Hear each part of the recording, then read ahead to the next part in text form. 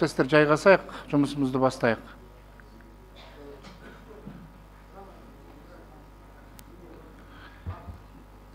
Құрметті депутаттар, Тараз қалалық мәслихатының кезекті 7-ші сессиясына 26 депутаттан 20 депутат қатысуда. Қатысып отқан депутаттар саны сессияны ашуға мүмкіндік береді. Кезекті 7-ші сессияның жұмысын ашық деп жариялауға рұқсат етіңіздер.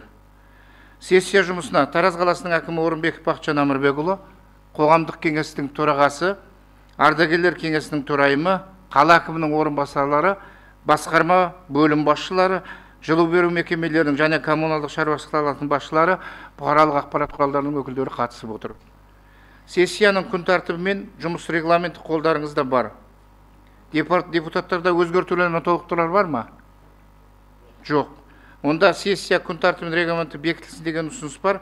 Дауысқа қоям, кім қолдайды? Түсірейік.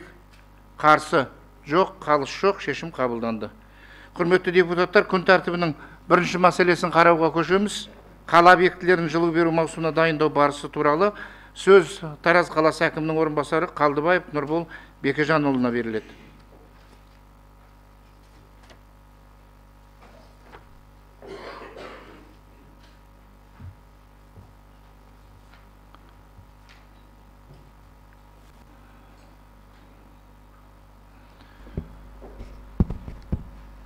Құрметті депутаттар, құрметті сессия қатысушылар.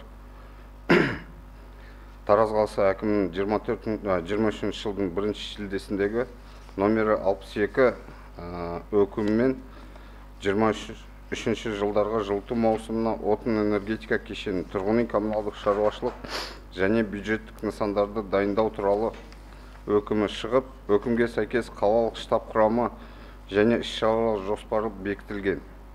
Іс-шаралар жоспарына сәйкес әлеуметтік сала нысандарының, көп қабатты тұрғын үйлердің және отын энергетика кешендерінің дайындығы 1 қазанға дейін 100%-ға қамтамасыз етілуі тиіс. Өздеріңізге белгілі, Тараз қаласы бойынша жалпы 5 жылу өндіруші және тасымалдаушы кәсіпорындар бар. Олар Тараз Трансэнерго, Жамбыл жылу, Тараз энерго орталық, Батуров атындағы Жамбыл ГРЭС және София мекемесі. Барлық кәсіпорындар 23-24 жылдардағы жылыту маусымына дайындық бойынша шаралар жоспарын бекіткен және жоспарға сәйкес дайындық жұмыстары жүргізуде.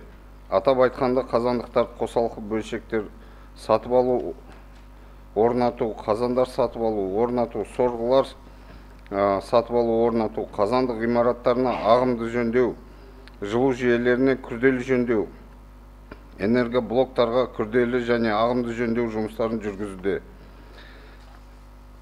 Кәсіпорын қазандықтарында негізгі пайдаланылатын отын түрі табиғи газ.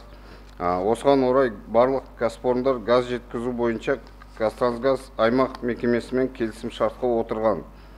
Сонымен қатар қазіргі таңда Жамбыл жылу мекемесі резервтік 10 күнге жетерлік 342 тонна көмір, 390 тонна мазут.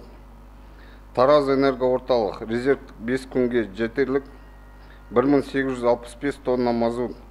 Тараз Трансэнерго 5 күнге жетерлік 10 тонна көмір және София жауапкершілігі шектеулі серіктестігі резервтік 5 күнге жетерлік 10 тонна көмір. Батуров атындағы Жамбыл ГРЭС резервтік 20 күнге жетерлік 11.993 тонна мазут қоры алған. Негізгі Тараз қаласы бойынша бізде 1537 нысан жылу маусым жылу алуда. Олардың ішінде 1331 көп қабатты үйлер, 32 денсаулық сақтау, 118 білім беру және 56 нысан басқада нысандар. Бізде негізгі қала бойынша 56 қазандық саны бар. Оларда 171 қазан, резерв қазандардың саны 90. Негізгі отын түрі бағана айтып кеттім, табиғи газ, бәрінде газ, Кейбіреулерінде резервтік отындар, кейбіреулерінде мазут, кейбіреулерінде көмір. Мынау енді бізде Тараз қаласы бойынша 257 шақырым жылу жүйелері ұзындығы бар. Оның ішінде 74 магистралда, 183 ішкі кварталда. Мынау тозу деңгейі бізде қалада есепке сәйкес 56,6%. Мына кәсіпорындардың дебиторлық қарыздары 360.842 мың теңге құрайды. Кредиторлық қарыздар бойынша бізде қазіргі таңда Тараз Трансэнерго 8,4 миллион теңге неге әлеуметтік төлеуге қарыз. Тараз энерго орталық бойынша бізде 1 миллиард 125 миллион қарызы бар. Оның басым бөлігі Қазтрансгаз аймақ мекемесіне және Тараз Трансэнерго мекемесіне. Сонымен қатар Батуров атындағы Жамбыл ГРЭС 1 миллиард 291 миллион қарыз. Оның 608 миллион теңгесі электр энергиясына және басқа да жеткізушілерге 683 миллион. Бізде мынау қала бойынша тозу деңгейін азайту мақсатында 2 магистралдық және 9 ішкі кварталдық жүйелеріне қайта жаңғырту жұмыстары жоспарлануда. Осы жұмыстар бойынша бізде қазіргі таңда М1 жылу желісі жобалау сметалық құжаты дайындалып, республикалық бюджетке бюджеттік өтінім берілді. Жалпы сметалық құны 10 миллиард 756 миллион. Биылғы жылы біз мемлекеттік сатып алу рәсімдерді бастадық, жеңімпазды анықтау мақсатында. Осы жұмыстарды жылыту маусымы біткеннен кейін сәуір айында жоспарлап жатырмыз. М3 бойынша бізде қазіргі таңда жобалау сметалық құжаттары мемлекеттік сараптамада. Бүгін немесе дүйсенбі күні сараптаманың қорытындысы шығу жоспарлануда. Жалпы сметалық құны 2 миллиард 296 миллион теңге. Мемлекеттік сараптаманың қорытындысы шыққаннан кейін біз бюджеттік өтінім береміз.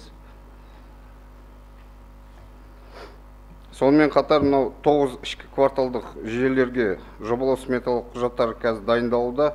Бұл жобалау сметалық құжаттары жыл аяғына дейін мемлекеттік сараптамадан өткізіліп, келесі жылға бюджеттік өтінім жоспарлап жатырмыз, беруді жоспарлап жатырмыз.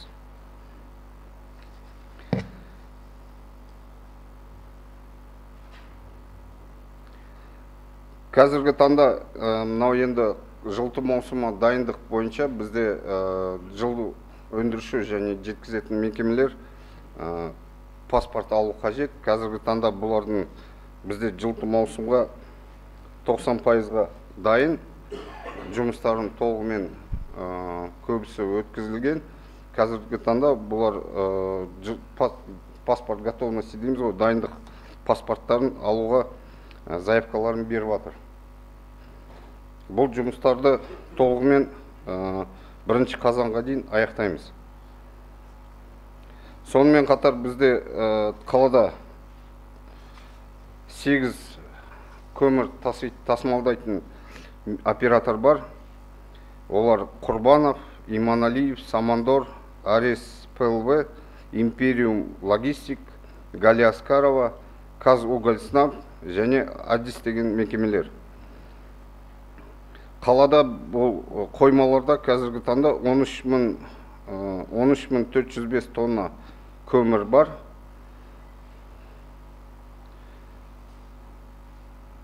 Жалпы көмірдің, Шұбаркөл көмірдің орта бағасы 17,5 мың.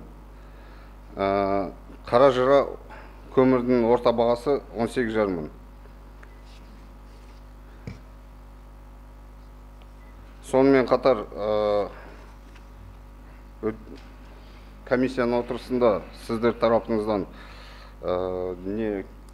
қысқа дайындық бойынша сұрақтар болған. Сол бойынша бізде Жасыл ел Тараз жолдарымызды қыста ұстау және нелерді жұмыстарын жүргізеді. Бізде қалада ең бастысы 76 көшенің қарын күреуге және тұз аралас құм шашу жұмыстары бекітілген.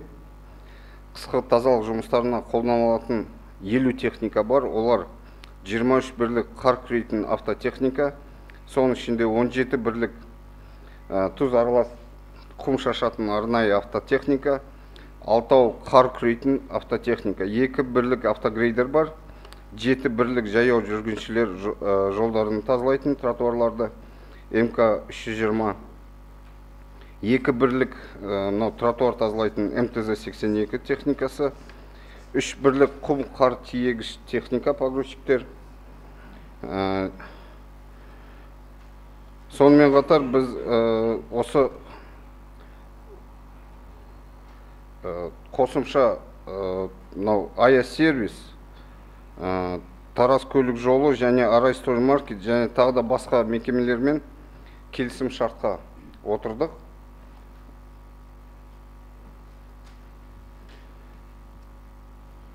Қазіргі таңда бізде жоспарланған 7 текше метр құм және 1400 тонна тұз жоспарланған. Қысқа дайындыққа бүгінгі таңда 4,5 текше метр, 4,5 текше метр құм және 300 тонна тұз Жасыл Тараз қоймасында жатыр.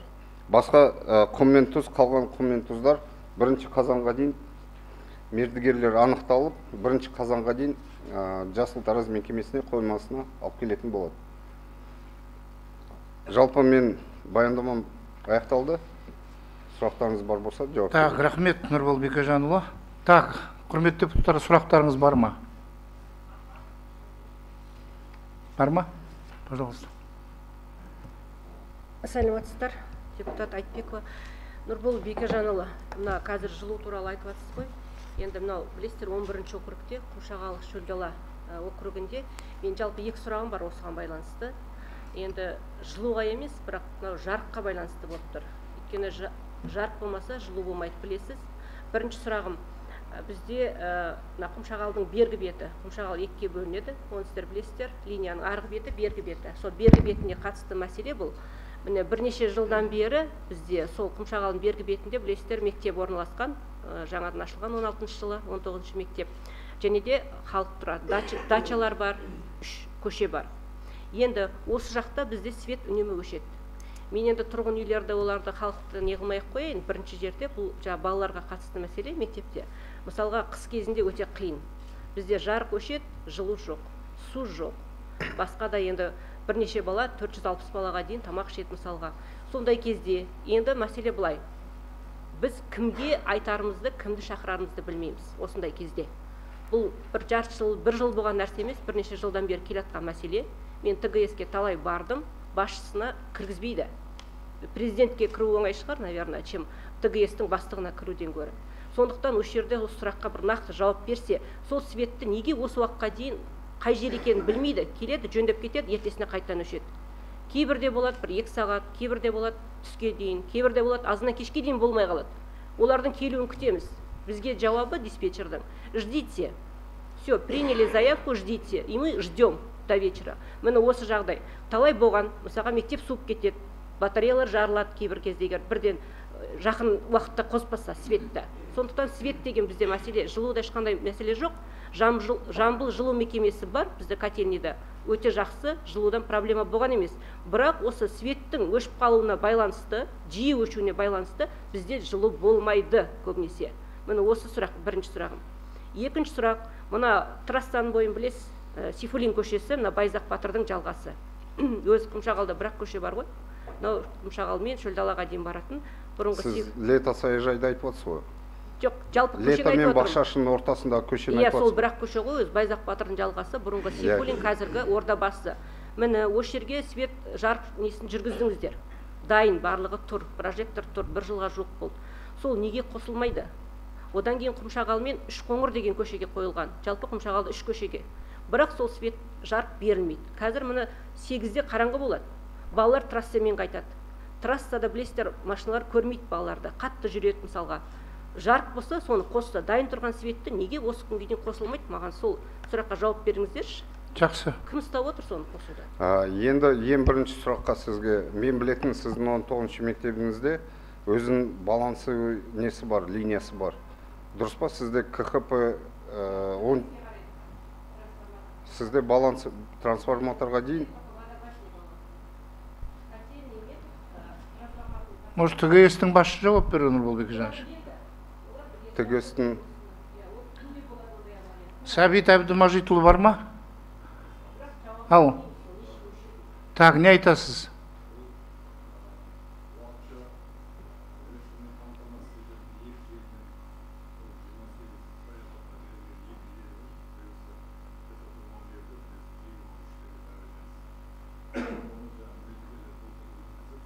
Жоқ, бұл жақта 19-шы мектепті сұрап отыр. 19-шы мектеп жайлы сұрап отыр. Бер жақта балалар оқиды. Ұзақ уақытқа көшеді. Жалпы Сәбит Әбдімажитұлы, бір нәрсені айтыңызшы. Свет мәселесі жөнінен Тараз қаласы қысқа дайын ба? Ол жалғыз ол Құмшағалда ғана емес, қаланың көлемінде де сондай жағдайлар көп қой. Сәл жел тұрса бітті, или болмаса сәл қар жауса, жауын жауса свет өшеді. Иә. Бергі жағында. Линияның бергі беті бұл. Арғы бет туралы әлі сөз жоқ, бергі жағын айтып отыр. КХП 17-тен бұл кісілерге линия тартылған кезінде трансформаторға қосылып, арғы мектепке беріледі. Соны мен білмей тұрмын қазір.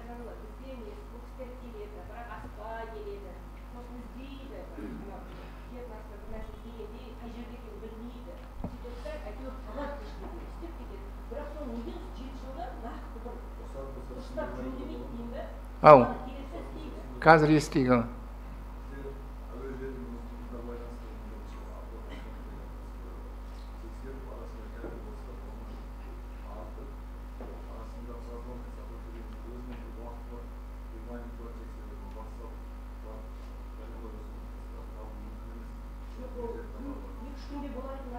Жоқ, бұл кешіріңіздер. Бұл мәселе көтеріліп жатқан себебі бұл бір рет, екі рет емес, жүйелі түрде өшеді деген мәселе. Егер жауабыңыз жоқ болса, Нұрбол Бекежанович, мәселені жақсылап зерделеп қараңыздар, деп шешімін табыңыздар. Бір рет емес, екі рет емес, жүйелі түрде өшеді деп отыр ғой. Одан кейін сіздерде резервное питание жоқ па?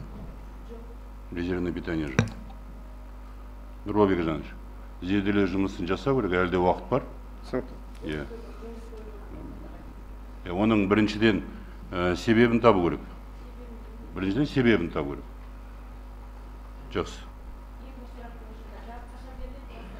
Жарық бойынша мен сізге түсіндіріп кетем. Бізде мынау 28 саяжайды және Құмшағал, Чолдала мекен массивтерді, алқаптарды абонирование жұмыстары әлі жүргізілді. Біз мынау 1 қазанға дейін толығымен бітіреміз. Бізде қазір 400-дей абонент қалып тұр. Соларды толығымен бітіреміз. Қазіргі таңда біз көше жарығын қоспай жүрген себебіміз, яғни бізде мынау тұрғын үйлерге бірінші жеткізіп, әрқайсына мынау постоянно электричествоны жеткізіп, содан кейін ғана көше жарығын шетінен қосамыз. Бұл жақта бірінші мәселе, сіз бәріңіз білесіздер, бұл жақта мынау Чолдала несінде, алқабының қасында подстанция 110-35-10 құрылысы жүргізу керек еді. Қазіргі таңда энергетика басқармасы жобалау сметалық құжаттарды дайындап, республикалық бюджетке өтінім берді. Егерде келесі жылы құрылысы аяқталса, бізде осы Құмшағал және 28 саяжайды үнемі электр энергиясымен қамту үшін сол подстанция қажет. Себебі біз қазір осы саяжайларға абонирование жасаймыз деп, біз 2 резервный линия тарттық, бірақ олардың резервный линияның күші ограниченный. Жоқ, нақты жаңағы айтып отқан депутаттың айтып отқан үш көшесін айтып отыр ғой. Құмшағал, Чөлдала 28 саяжай бойынша осы аумақтарды электр қуатымен қамтамасыз етуде жобада жаңа 35-10 жаңа подстанция салу жоспарда бар еді. Бірақ бүгінгі таңда көше жарығы жүргізілген көшелеріміз бар. Тұрғындардың барлығы толық қамтамасыз етілді, бірақ жаңа подстанцияның құрылысы кешігіп жатыр. Жоба биыл дайындалып, республикалық бюджетке өтінім берілді. Егер қателеспесем, құны 7 миллиардтың үстінде. Сондықтан біз қандай шешім қабылдадық? Бірінші кезекте тұрғындарды электр энергиямен қамтамасыз ету. Себебі біздің бүгінгі мына уақытша қосылып отқан жүйелеріміздің техникалық мүмкіншілігі шектеулі. Біз тұрғындармен кездескенде бұл мән-жайын бәрін түсіндіріп айттық. Сондықтан биыл көше жарығын қосу әлі сұрақ болып тұр. Себебі бірінші кезекте біз толық абонирование жұмыстарын аяқтағаннан кейін барып, тұрғындар толық электр энергиямен қамтамасыз етілгеннен кейін барып, көше жарығы мәселесін қарастырамыз. Бірақ біздің алдын ала есебіміз бойынша біздің техникалық мүмкіншілігіміз болған жоқ. Сондықтан мына көше жарығын қоспай отқан себебіміз де сол. Толық бұл мәселе келесі жылы подстанцияның құрылысы басталып, сол құрылыс біткеннен кейін барып, толық мәселе шешіледі. Оған дейін көше жарығына электр энергиямен қамтамасыз ету мүмкіншілігі жоқ. Қанағаттандыңыз ба? Значит, халықтың арасында солай жұмысты жүргізу керек, біз тұрғындармен кездескен кезде бұл мәселені айтып жатырмыз. Одан кейін сіз жаңа айтып кеткен Сейфуллин көшесінде жарық. Негізгі Құмшағал, Шөлдала 28 саяжай бойынша көше жарықтандыру мәселесі жоспарда бар. Бұны тұрғындар да көтеріп жатыр. Бірақ алдымен біз жаңағы подстанция құрылысын аяқтауымыз керек. Себебі ол кезде техникалық мүмкіншілік жоқ. Солай жұмыс жүргізу керек. Жаңағы бірінші мәселе бойынша айтқандай зерделеу жұмыстары жүреді, соның кейін жауабын аласыз. Тағы сұрақтарыңыз бар ма? Нұрбол Бекежанұлы, менде бір екі сұрақ бар. Бірінші мәселе, мынау жаңа сіз өзіңіздің баяндамаңызда айтып кеттіңіз, жалпы кредиторлық қарыздар мәселесі туралы. Осы ертең қыс басталған кезде осы кредиторлық қарыздар мәселесі туындап, біздің ана мекемелердің ортасында ешқандай не болмай ма? Осы қарыздардың есебінен проблема мәселе болмай ма? Енді бұл жақта ең бастысы или оған дейін бұл қарыздар төлене ма? Енді қараңыз, бұл жақта ең бастысы бізде Тараз энерго орталықтың 1 миллиардтан аса қарызы бар. Бізде қазір мына соттың шешімімен екі жер телімі бұрынғы басшысынан екі жер телімі коммуналдық меншікке қайтарылды. Қазіргі таңда осы екі жер телімі бойынша мемлекеттік сатып алу рәсімдері жүріп жатыр. Сол екі жерді аукцион. Сол сатқаннан кейін Тараз энерго орталық өзінің қарыздарынан толығымен құтылады. Жалпы бір ауыз сөзбен айтқанда мәселе ертең қыс мерзімі кезінде мәселе болмайды ғой. Орталарында айту, ертең ақша төленбей қалды, газ тоқтату, жылу тоқтату деген мәселе болма, мен соны сұрап отырмын. Енді Кенжебек Машбаевич, бұл жақта енді форс-мажор болуы мүмкін, бірақ біз енді соны бақылауға алу керек, наверное, что мәселе болмай. Екінші бір мәселе, мынау жақсы жаңа баяндамада айтып жатсыз, жылу желісін ремонттау мәселесі бойынша. Биыл өзіңіз білесіз, Тараз қаласында бізде 240-тан көше ғой, да? Неге асфальт жасалынып отқан бақшада. Сол көшелер ертең мынау жылу желісін қайтадан жаңғыртудан өткізу кезінде сол асфальт салынған көшелерден өтпей ма? Жоқ, біз биыл асфальт салып, келесі жылы жаңғыртудың кезінде қайттан сол көшелерді талқандап жатпаймыз ба? Зерделенген ба мәселе? Міндетті түрде біз мынау 3 жылдық жоспар жолдарды жөндеу 3 жылдық жоспарымызды жасадық. Ол 3 жылдық жоспарымызды біз мынау коммуналдық Тараз су мекемесі, Қазтрансгаз бар, жылу беретін мекемелермен келісіп, осы көшелерді келешекте 5 жылда жөндеу жұмыстары жүргізілмейтін көшелерді анықтап, сол жаққа асфальт салғызып жатырмыз. Жақсы. Жөндеу жұмыстары жүргізілетін көшелерді біз келесі неге қойып жатырмыз. Жақсы.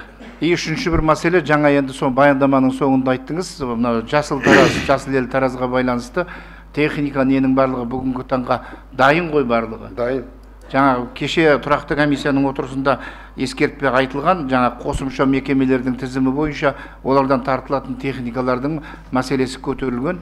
Жаңа айтып жатсыз, соның тізімін беріп қойсаңыз, значит, ары қарай біз қабылдайық. Значит, Тараз қаласы бүгінгі алдағы жылыту маусымына дайын деп есептеуге толық мүмкіндік бар ғой? Иә. Жақсы. Сұрақтарыңыз бар ма? кеше поселок соңында оның ана жылу жолдарының трубаларының оны кешке жақын барып көрдім, әлі толық бітпеген. Олар уже 1 октябрьде жылу алады, потеря болады ғой жылудан. Оны қалай айтасыз? Кеше сіз айттыңыз, ол бітті деп. Мен кеше барып көрдім, бітпеген әлі. Мен кеше сізге бітті деп ондай сөз уәде берген жоқтым. Мен сізге айттым, 1 қазанға дейін біз бұл жұмыстарды әлі жүріп жатыр ғой жұмыстар. Бұл жақта енді кеше түсіндіріп айттым ғой, бізде техобслуживание бойынша мемлекеттік сатып алу рәсімдері әлі жүріп жатыр. Сол қазір анықталған мекеме сол жұмыстарды аяқтайды. Жақсы, онда 1 қазанға дейін аяқтау керек. Бар ма сұрақтар? Жақсы. Депутат Мауленов Нариман. Менің сұрағым мынау, жаңа өзіңіз айттыңыз, қысқы маусымға көмір отына қазіргі бағасы 17,5 мың, 18,5 мың деп. Бұл бәрімізге белгілі, ертең сезон кезінде баға өседі. Бұл жатқан көмірлердің сапасы қазір төмен, өйткені бұл жазда олардың жаңа плановый алатын көмірмен алынған көмірлер. Өткенде мен сізге ұсыныс жасадым. Осы жағдайда 13 сентябрь күні тұрақты комиссияның отырысында мен сізге ұсыныс жасадым депутат ретінде, что сізде құзыр бар, жаңағы разрезге шығып, болмаса жаңағы құқықты органдарға шығып, осының бағасын зерделеу туралы, халықты арзан көмірмен қамтамасыз ету туралы. Мен бүгін уже 2-3 жұмыс күні сол туралы бір жұмыс бастадыңыз ба? Бастатаңыз, соның бір копиясын берсеңіз бізге. Запрос па бірдеңе. Уже оны артқа қалдыруға болмайды, уже мені мұрнымыздың ұшында уже қыс келе жатыр, уже отопительный сезон басталады уже. Рахмет. Бұл кісінің айтып жатқаны енді айырмашылығы ғой. Иә, бағаға байланысты ғой. Ертең бүгінгі таңда мына жерде жаңа сіздің баяндамаңызда көрсетілген баға туралы. Қаншадан алады, мына қаншадан сатады. Соның айырмашылығы бойынша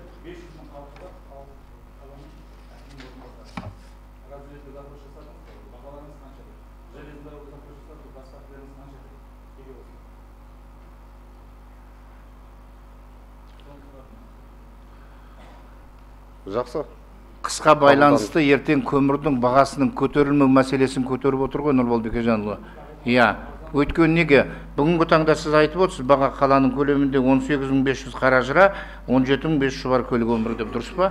Енді бұл кісінің айтып отқаны ертең мынау келіп атқан баға, осы баға біздің Таразда дұрыс баға ма, жоқ әлде қосымша ортада отырған қосымша азаматтар ортадан тауып отқан табыспен көтеріліп отқан баға ма деп отқан ғой. Оны зерделеу керек.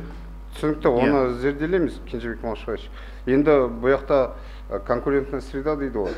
Ол біріншіден бар, екіншіден мекемелер пайда таппайтын болса, ол бұл жұмыспен айналыспайды. Жоқ, пайда таппасын деген емес, просто бағаны не қылу керек.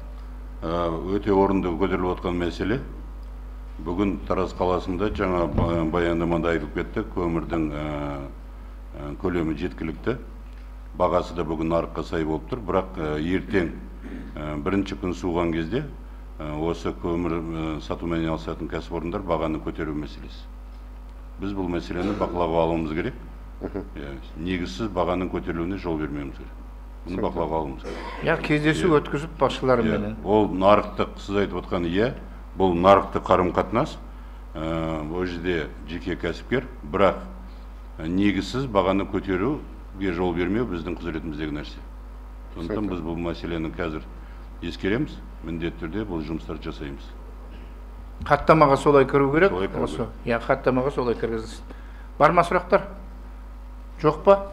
Жақсы, рахмет Нұрбол Бекежанұлы. Так, құрметті әріптестер, құрметті депутаттар, негізінен біз тұрақты комиссияның отырысында 13 күні барлық жылу беру мекемелері мен басқармалар мен бөлім басшыларының баяндамасы 2,5 сағат бойы жан-жақты талқыланды, зерделенді. Бүгін баяндамашыларды қайта тыңдаудың қажеттілігі бар ма? Жоқ, рахмет. Онда қорытынды баяндама жасау үшін сөз Тараз қалалық мәслихатының инфрақұрылым, коммуналдық шаруашылық және жер қатынастар жөніндегі тұрақты комиссияның төрағасы Батырхан Тоқтағұлға беріледі.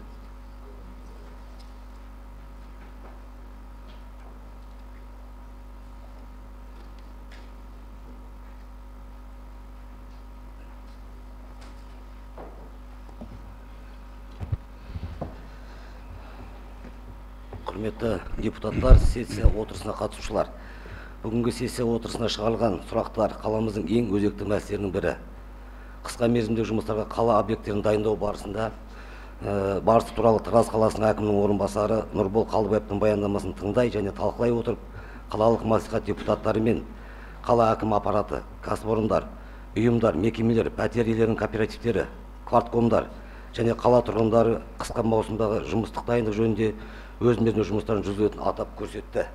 2023 жылы 11-18 тамыз және 6 қыркүйек күндері қала мәслихатының депутаттарымен құралған комиссия Жасыл ел Тараз жауапкершілігі шектеулі серіктестігінде, жекпе-жек кәсіпқой спорттық клубының дене шынықтыру сауықтыру кешенінде, Тараз энергия орталық мекемесінің, Жамбыл жылу қазандығы нөмір 34-ші, 54-ші, 58-ші, 5-ші, 13-ші, 30-ші, 10-ші мектептерінде, 16-ші бөбекжай балабақшада, телецентр алқабындағы 13-ші үйде және Ұлыдала 15-ші мөлтек аудандағы 1117-ші үйде, үміт мамандырылған бөбектер үйінде, облыстық және қалалық балалар ауруханасында, 5-ші қалалық емханасында болып қысқы маусымға әзірлік жұмыстарымен танысып шықты.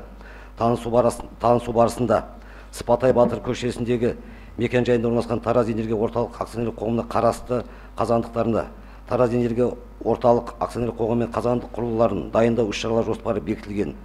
Күзгі қысқы кезеңге дайындық жөніндегі жоспардың 25 іс-шара бекітіліп көрсетілген болса, соның 19 орнатылып, қалғандары қазіргі таңда жұмыс жалғасуда, яғни 76%-ын құрап отыр. Қазандықтың 2023-2024 жылдарға жылыту маусымына дайындығы туралы әзірлік паспорттар алынбаған. Жөндеу жұмыстарына 2023 жылы 83 миллион ақша теңге игеру жоспарланған болатын болса, қазіргі таңда 100% орындалған. Қарасу мөлтек ауданындағы Жамбыл жылу мекемесіне қарасты РК-1 қазандығы, кейбір қазандықтар апаттық жағдайға, винтілерді, газдың иісі шығып тұр, қосалқы бөлшектері жоқ.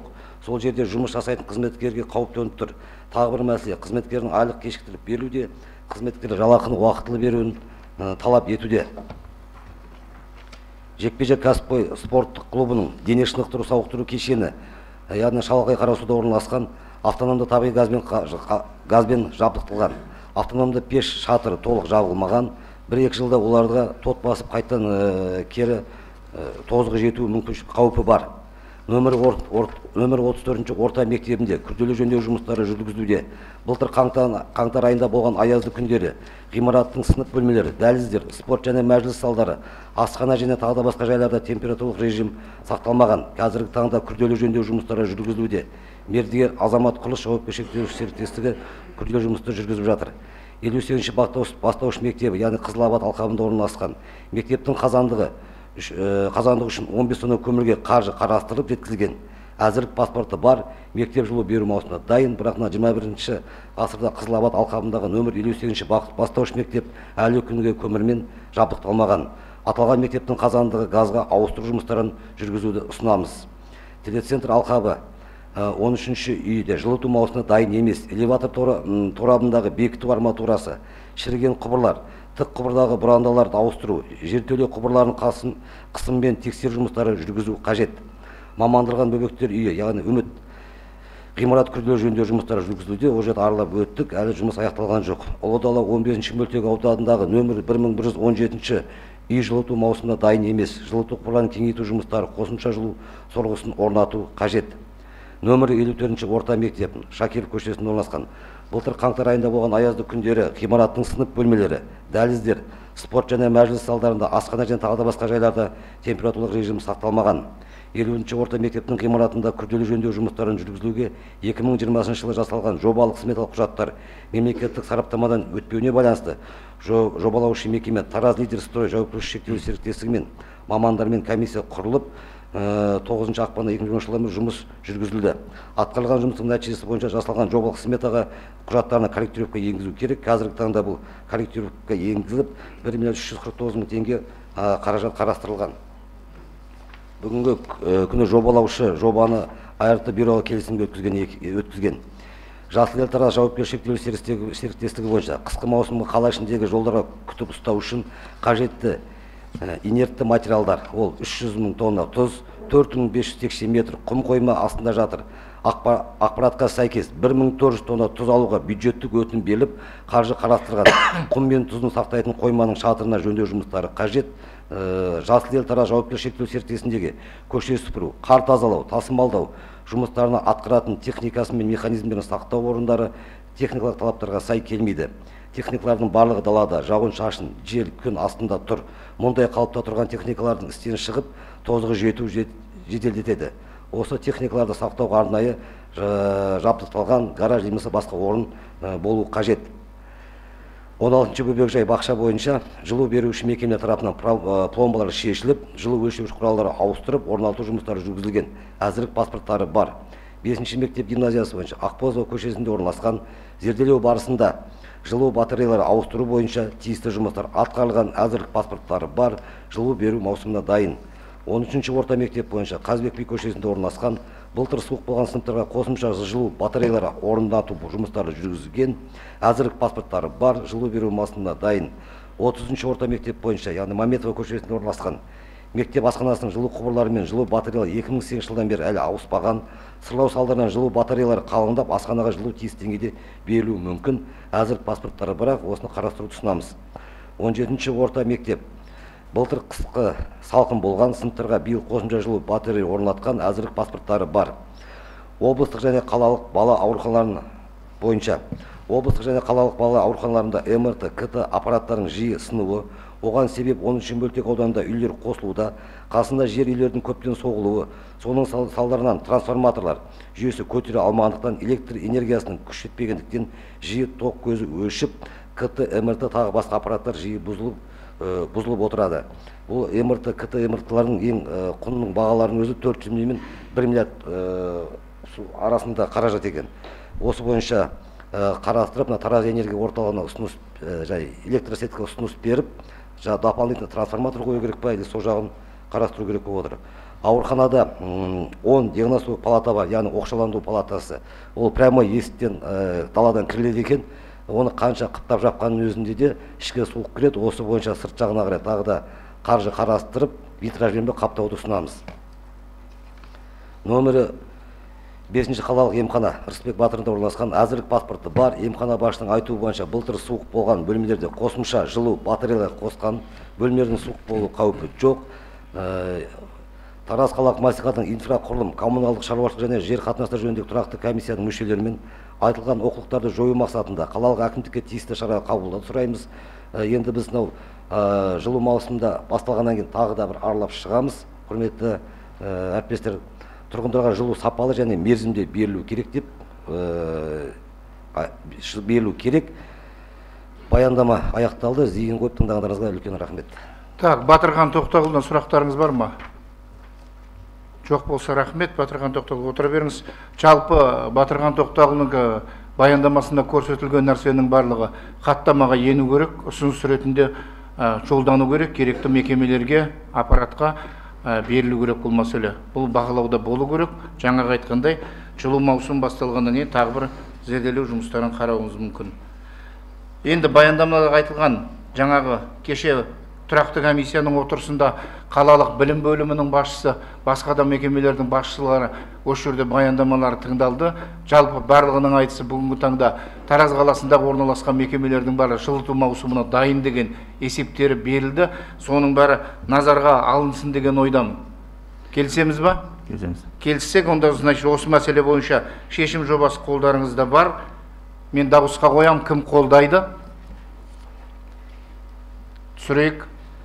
Қарсы, қалыс жоқ, шешім қабылданды. Кенжебек Машбайұлы, мен қала әкіміне бір өтінішім бар. Осы тұста мен комиссияның мүшесі болдым, аралап өттік. 13-ші мектептің жылу жүйесіне 100% жұмыс біткен. Бірнеше миллионға жұмыс біткен. Істеген кәсіпкер мердігер Алматының жігіттері екен, мен оларды танымаймын.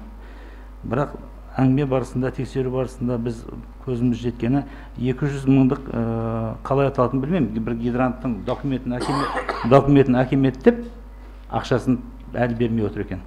Бір тиын ақшасын бермеген. Бұл жерде мен ойлаймын, бұл кішкене коррупциямен пахнет. Неге десе, олар сотқа жүгінуге мәжбүр болған. Істегендер бірнеше миллиондық жұмыс, білмеймін, 10 миллион биыл істеген.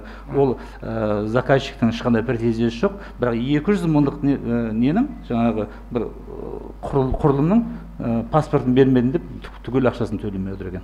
Ол дегеніңіз, мен ойлаймын, олар сотқа жүгініп жатыр екен деп айттым маған, по крайней мере. Соны өзіңіз Бақытжан Әмірбекұлы бақылауыңызға алсаңыз. Бұл жерде тақнет коррупция. Жақсы. Без отката не обойтись дегеннен. Жақсы.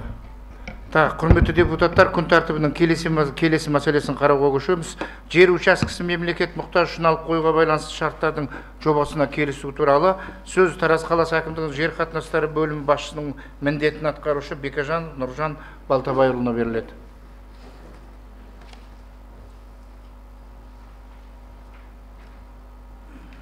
Бұл мәселе де тұрақты комиссияның отырысында қаралған, дегенмен де тағы да бір қарауларыңызға ұсынып отырмыз. Саламатсыздар ма? Құрметті Тараз қалалық мәслихатының төрағасы және мәслихат депутаттары. Қазақстан Республикасының жер кодексінің 84, 85, 86 баптарының Қазақстан Республикасының мемлекеттік мүлік туралы заңның 6 тарауының талаптарына сәйкес Тараз қаласының бас жоспарын және егжей-тегжейлі жоспарды іске асыру мақсатында Тараз қаласы Асқаров көшесі сонда ауқымды тұрғын ауданының орналастыру үшін азаматша Дүйсенбиеваның шаруа қожалығы үшін көлемі 5 гектар жері Қарасай алқабында ауқымды тұрғын ауданын орналастыру үшін Нұршабаевтың шаруа қожалығын жүргізу үшін көлемі 1 гектарды 58-61 га жер телімінің мемлекет мұқтажына қайтару туралы Тараз қаласы әкімдігінің 2022 жылғы 5 наурыздағы жер учаскесін мемлекет мұқтаж үшін иеліктен шығаруға байланысты жер учаскесін немесе өзге де жылжымайтын мүлікті мәжбүрлеп иеліктен шығарудың басталуы туралы номері 1036 қаулысы қабылданған. Қаулы Жамбыл Тараз газетінің 2022 жылғы 8 наурыздағы басылымында жарияланды. Бағалау жұмыстары барысында Нұршабаевтың рәсімделген заңды жер учаскесінің көлемі 1,6 гектар екендігі анықталып, Тараз қаласы әкімдігінің 2023 жылғы 6 сәуірдегі номері 1127 қаулысымен тиісті өзгерістер енгізілді. Енгізілген өзгерістер Жамбыл Тараз газетіне 2023 жылдың 8 сәуірінде жарияланды. Тараз қаласының бас жоспары мен егжей-тегжейлі жоспарлау жобасында Тараз қаласы әкімдігінің сәулет және қала құрылысы бөлімінің коммуналдық мемлекеттік мекемесінің 2023 жылғы 30 маусымдағы хаттарына сәйкес азаматша Дүйсенбиеваның кадастрлық нөмірі 06-097-091-1811 жер телімі жекеменшік тұрғын үй электр тасымалдау жүйелерінің қорғау аумағы орта қабатты тұрғын үйлер құрылыстары Нұршабаевтың кадастрлық нөмірі 06-097-039-712 жер телімі мектеп құрылыстары қарастырылған. Қазақстан Республикасы мемлекеттік мүлік туралы заңның арғырай заң 62-1 бабы 2 тармағына сәйкес мемлекет мұқтаж үшін иеліктен шығарылатын жер учаскесі үшін меншік иесіне немесе мемлекеттік емес жер пайдаланушыға тең бағамен өтеу жүргізіледі. Заңның 67 бабының 3 тармағына сай мемлекет мұқтаж үшін иеліктен шығарылатын жер учаскесін, сондай-ақ жер учаскесінде орналасқан жылжымайтын мүліктің құны жер учаскесіне құқықтардың туындау негіздеріне қарамастан олардың нарықтық құны мөлшерінде айқындалады. Тәуелсіз бағалаушы мемлекеттік сатып алу туралы заңның талаптарына сәйкес анықталды. Электрондық портал арқылы конкурс нәтижесіне сәйкес жеңімпаз болып Азия консалтинг жауапкершілігі серіктестігі танылды. Тәуелсіз бағалаушы Азия консалтинг жауапкершілігі шектеулі серіктестігімен жасалынған 2023 жылғы 20 сәуірдегі номері 00065 ELM 66 бағалау туралы есебіне сәйкес Дүйсенбиеваның көлемі 5 гектар жер телімінің нарықтық құны 22.494.000 теңге. Ал номері 00657 ELM 66 бағалау туралы есебіне сәйкес Нұршабаевтың көлемі 1 гектар 600 га жер телімінің нарықтық құны 7.354.354.000 теңге құрады. Бағалау қорытындысына сәйкес меншік иелерінің ұсыныс пен келісімшарт жобасы арнайы пошта жөнелтіммен жолданып 2023 жылдың 5 қыркүйекте ұсынылған сомаға жер учаскесін мемлекетке қайтару келісімін берді. 2023 жылғы 5 қыркүйекте Тараз қаласы әкімдігінің жер қатынастар бөлімі мемлекеттік коммуналдық мемлекеттік мекемесімен Дүйсенбиева арасында номер 8 келісімшарт жобасы, ал Нұршабаевпен арасында номер 9 келісімшарт жобасы жасалынды. Қазақстан Республикасының мемлекеттік мүлік туралы заңының 65 бабының 11 тармағының талаптарына сәйкес жасалынған 2023 жылғы 5 қыркүйектегі номер 8-9 келісімшарттары жобаларына келісім берулеріңізді сұраймын. Менің докладым аяқталды. Құрметті әріптестер, бұл екі азаматта өткенде тұрақты комиссияның отырысында болды. Өздерінің келісімдерін, бағамен келісетіндігі туралы бізге баяндады. Сондықтан да сұрақтарыңыз бар ма? Жоқ. Рахмет. Значит, құрметті әріптестер, бұл мәселе бойынша да шешім жобасы қолдарыңызда бар. Дауысқа қоям, кім қолдайды? Түсірейік. Қарсы жоқ, қалыс жоқ, шешім қабылданды.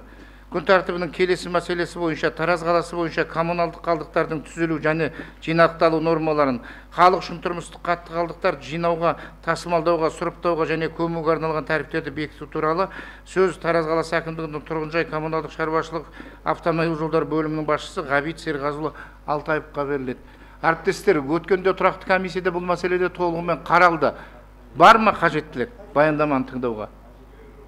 Жоқ па?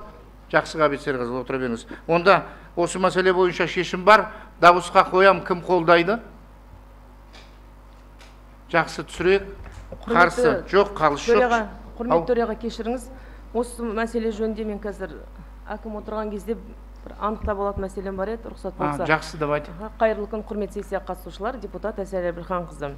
Өткенде осы мәселе жөнінде тұрақты комиссияның отырысында айтқан болатынбыз. Құрметті Бақытжан Әмірбекұлы, өзіңіз біздің округке барып халықпен жиі кездесесіз. Осы мәселені, тұрмыстық қоқыс қалдықтары туралы мәселені өзіңіздің алдыңызда да халық көтерген болатын. Енді біздегі мәселе, мен өткенде айтқан болатынбыз, бізде Ғабит мырза айтты өзінің сөзіне, 7 бізде жеке кәсіпкер бар екен, тұрмыстық қалдықтарды шығаратын. Оның ішінде енді әлеуеттісі бар, бәсекеге қабілетсіздері бар. Енді қараңыз, маған тұрғындардан мынандай шағымдар көп түседі. Мынау өздері қазір нұрлы жол деген бізде Залинеде 4-ші округта нұрлы жол бойынша біз осыған екі жақты келісім шартқа отырып нұрлы жолға өттік. Олар айтқан уақытында әр сәрсенбі күні келіп алып кетеді дейді.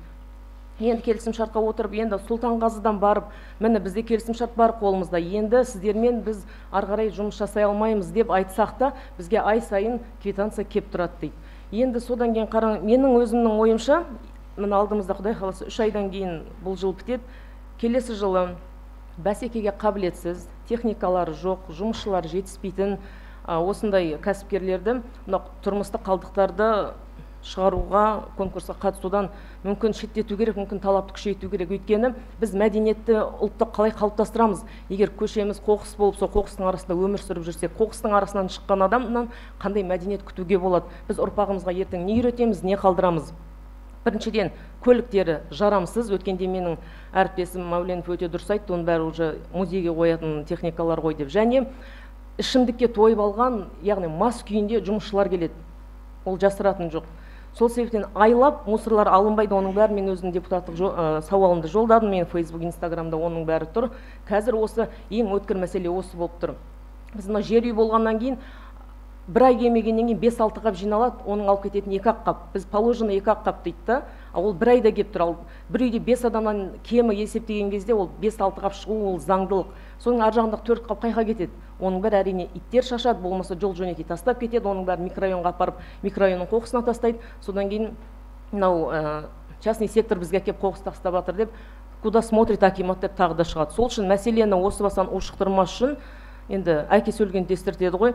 Ондай қабілетсіз кәсіпкерлерге қатаң шара қолдану керек, болмаса қандай да бір шара қолдану керек деп ойлаймын. Келесі ағымдағы жылы осыны басқарма басшысы Ғабит мырза өзіңіз назарыңызға алсаңыз, өйткені қоқыстың арасында өмір сүруге біздің хақымыз жоқ. Жақсы. Рахмет. Осы мәселеге тоқтап кетейін, құрметті депутаттар. Өте өзекті мәселелердің бірі. Бүгінгі таңдағы жағдай қандай? Бүгінгі таңда мынау округ бойынша тұрғындардың мынау осы қызмет түрін көрсететін компаниямен жалпы өздерінің келісім шарты бар. Ол мынау ешқандай конкурс арқылы өтпеген. Ол қазір жаңа экологиялық кодекс қабылданды ғой.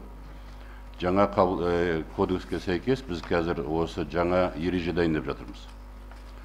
Бұл ережені дайындауға біз арнайы компанияны тартып отырмыз. Себебі бұл жерде өте көп мәселе бар. Сондықтан осы компания қазір бізге ережесін дайындап болғаннан кейін жаңа экологиялық кодекске сәйкес біз конкурс жариялаймыз. Ол жерде барлық талаптарды қоямыз, сонымен жаңа қызмет көрсететін мердігерлерді анықтаймыз. Қазіргі қолдарындағы келісімшарт бұл ешқандай конкурссыз тұрғындардың мынау коллективный договор, да, Нұрбол Бекежанович? Публичный договор дейді. Бұл тұрғындар өз еркімен, өздері өз таңдауымен жасалған келісімшарттар. Оларды бұзу да оңай емес.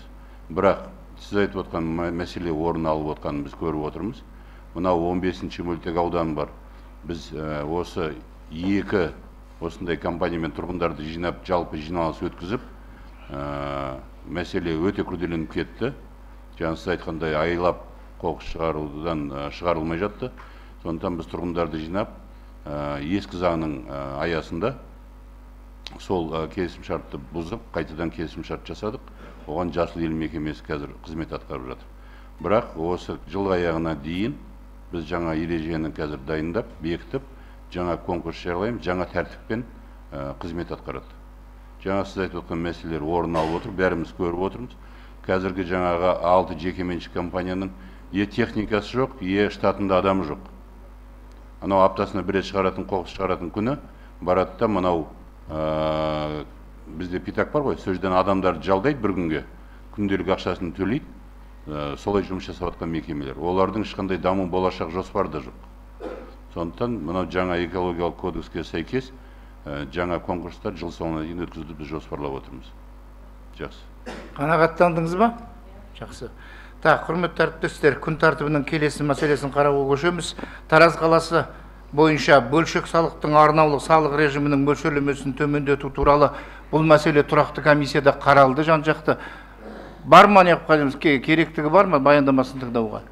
Жоқ па? Значит, жоқ болса бұл мәселе бойынша шешім жобасы қолдарыңызда бар. Дауысқа қоям, кім қолдайды? Түсірейік.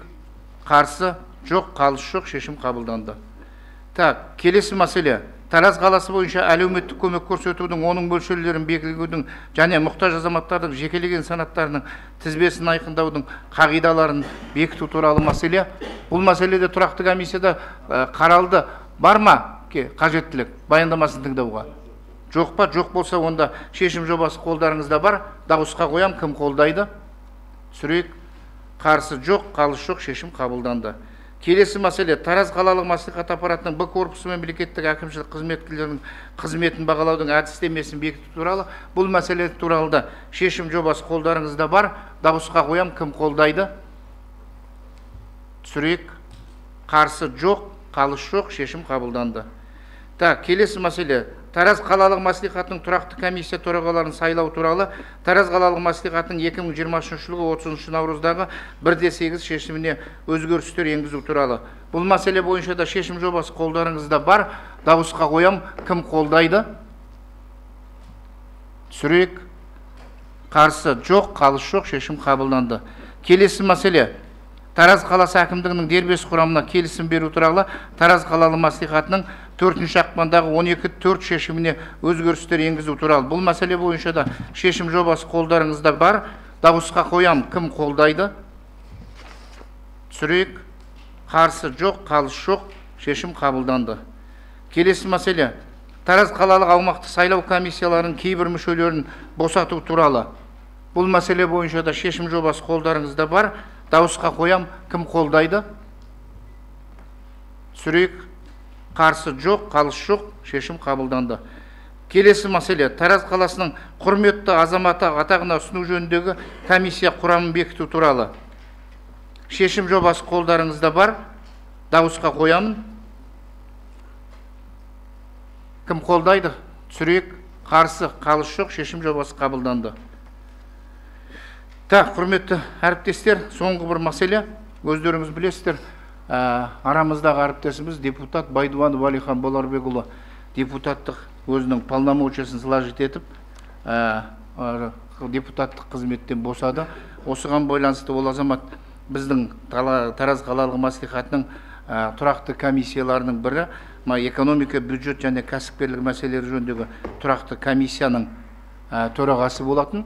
Енді өздеріңіз білесіздер, мынау қыркүйек айының соңында қазан айының басы болама қазір бюджетке өзгерістер енеді. Оның ар жағында қараша, желтоқсан айларында келесі жылдың бюджеті қаралады. Міне осы мәселелер келейін деп тұр. Сол себепті арамыздан комиссияның төрағасын сайлап алсақ па деген ұсыныс бар. Жалпы өздеріңізбен ақылдаса келе, ойласа келе, Керімбаева Дүйсенкүл Керімқұлқызы осы комиссияның тұрақты мүшесі болатын. Осы кісінің кандидатурасын ұсынсақ па деген ой туындаған, осыны ұсынып отырмыз. Басқа ұсыныстар бар ма? Жоқ па? Онда дауысқа қоям. Керімбаева Дүйсенкүл Керімқұлқызы экономика, бюджет және кәсіпкерлік мәселелерінде тұрақты комиссияның төрайымы болсын дегендеріңіз қолдауларыңызды сұраймын. Кім қолдайды? Түсірейік. Қарсы жоқ, қалыс жоқ. Значит, қабылданды. Дүйсенкүл Керімқұлқызы, істеріңізге сәттілік тілеймін. Комиссияның жұмысын жақсылап ары қарай ойдағыда жүргізіп, бірлескен жұмыстарды атқарамыз деген үлкен ойдамын. Так. Жақсы, пожалуйста.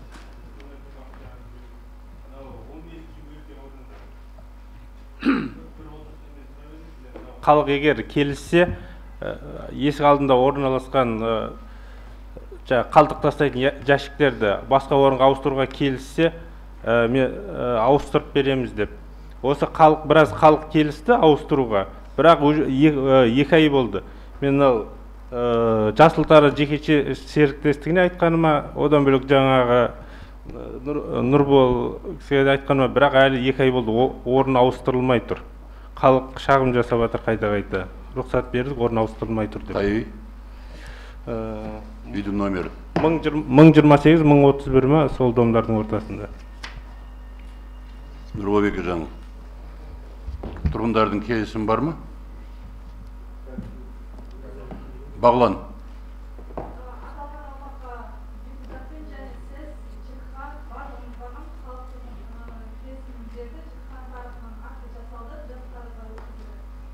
Тұрғындардың келісім бар. Жаңа орын белгіленді. Санитарлық нормаларға сай ғой. Онда азамат неге орындалмады?